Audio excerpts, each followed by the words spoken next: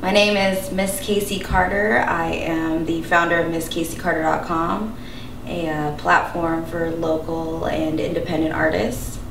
And I'm a future media mogul.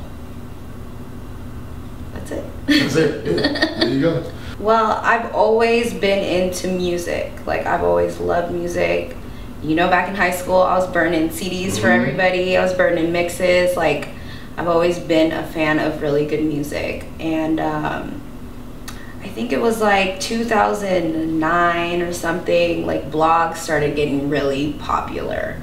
And I was at work and a coworker, we would like look at blogs all day, and she was like, you should start a blog.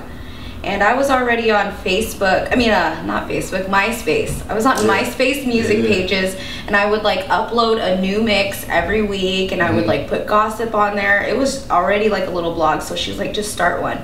So I started one, and it would just feature like gossip and corny news I would find out, and like just stupid things. But I'd still put music on there, and then it just kind of evolved from there. Okay. It kind of blew up. I took it and I ran with it. Yeah. I mean, I don't know. I feel like I don't really pay attention to it. Like, none of that stuff really gets to me. I'm not thinking about what somebody else thinks about me or how somebody else is looking at me. I'm just focused on like trying to create something dope so that everyone respects it, versus like, oh, look what she's doing, or she's a female, or she's a groupie, or something like that. Like, I know what I am, I know what I'm doing, so as long as I'm comfortable with that, I don't care what anyone else thinks. Well, I can't lie, like every time I meet somebody like new and big, like I get like, it's like 3 minutes of like nervousness and like, what is that called? Like starstruck, like managers, all that.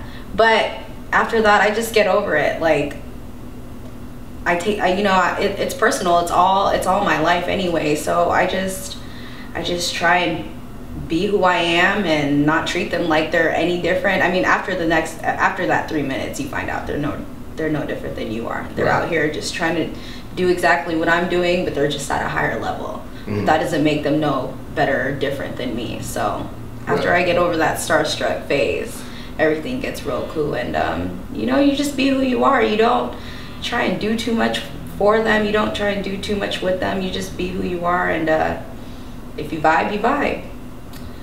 A really good one that I was really happy about landing was Big Crit. I was like a super fan of his. Waka Flocka was another one, and probably Currency. I mean, those were the guys, like that's when I really was getting super heavy with everything and like trying to land all the interviews, and those were the artists like I was really like slapping and listening to.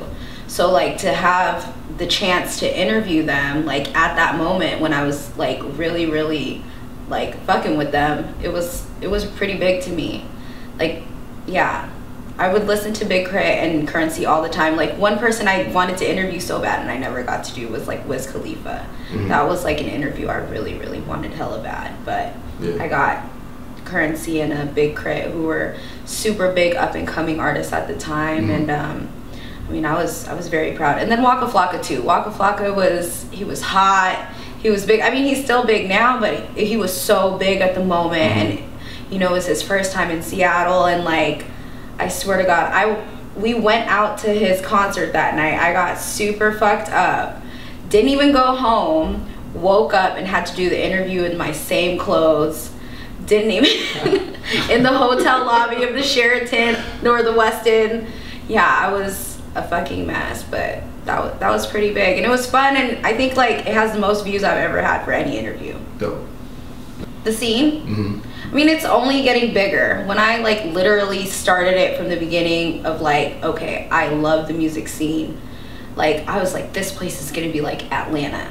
Like, I was set on that idea, and I would tell people, and like I'd be so passionate about it. Like when I started, I was so passionate about it. I was like trying to sell this dream to everybody who didn't understand the dream, and everybody was just like, no, like, do you know what Atlanta's doing? Like, yeah. And then now you look at the scene now and look at it, like we have factors out here, like legit ass factors, and like there's still so many factors who haven't been heard by the world. Like this shit's about to blow up. We're not gonna be like LA or anything like that. I mean, or I guess Atlanta in a sense where like everyone's here and like working, because our city's too small. But as far as producing artists and then like having them blow up and them going around the world, like I see over a dozen artists from our scene doing that. Right. So I never think that it's gonna be as crazy as it is, where like we'll have like hella record labels and everything like that in the city. But I definitely think the city is just gonna be producing and pumping out artists, and then, you know, they're gonna go branch out and do their thing. But, you know, they're always gonna be from here. Right, and that's dope. Yeah, not just Seattle, but Tacoma as well, and Portland. I would factor in Portland as well too. Yeah. Shit, I hated local music. I used to like, we used to laugh at that shit. Like I can't even lie. We used to think it was a joke. But it was the artist that we were seeing. We weren't seeing the other side of the super dope shit that was being made, because it was in our, you know, little neighborhood or area, community or whatever. So, I mean, that's what I say while I was hating. What do you think is about the change in just the reception of the music? Shit, people are making good shit. People are getting better. That's what's happening. I mean, you can't hate on somebody who's making good shit. Like, people are just stepping it up, and people are also seeing like you can't win if all you do is hate. So I guess what they're doing is like, okay, I gotta show respect now. I gotta be cool in order to get in this shit. I mean, yeah, that's what I think it is. Like a project, or like what would I do with my like self? Anything. I would literally put my full media like dream into full force. Like I literally want to create. I grew up on MTV. I grew up on VH1, like when there was like cool shows like Fanatic and True Life, or not even True Life, Behind the Story or Behind the Scenes, all that kind of stuff, where like we would Cribs, that kind of stuff. Like I loved that shit. I loved seeing and getting to know these artists on a different level besides what I saw on like these music videos and stuff like that. I want to do that with my people. Like I want to create that kind of something for like these up and coming independent artists, or, you know, just help tell the story in different ways. Show what's in their purse. Go on dates with artists so other people can get to know them in a different way. Have #1 fans in your local area meet these huge artists who come to your city. I want to do all that stuff. So I would just create like a huge media empire where we would be pumping out stuff. Maybe I guess like my own channel, something like Revolt or something like that, and just kill it and help shine light on all these hardworking people who are so talented that it's so hard for them to get some light on them and their career and who they are, because everyone's just telling a dope ass story, but it just takes a long time for people to notice. Right. Well, I appreciate your time. Thank you. Absolutely. I appreciate you. Thank you. Thank you for what you're doing. Thank you. That matters. I appreciate it greatly.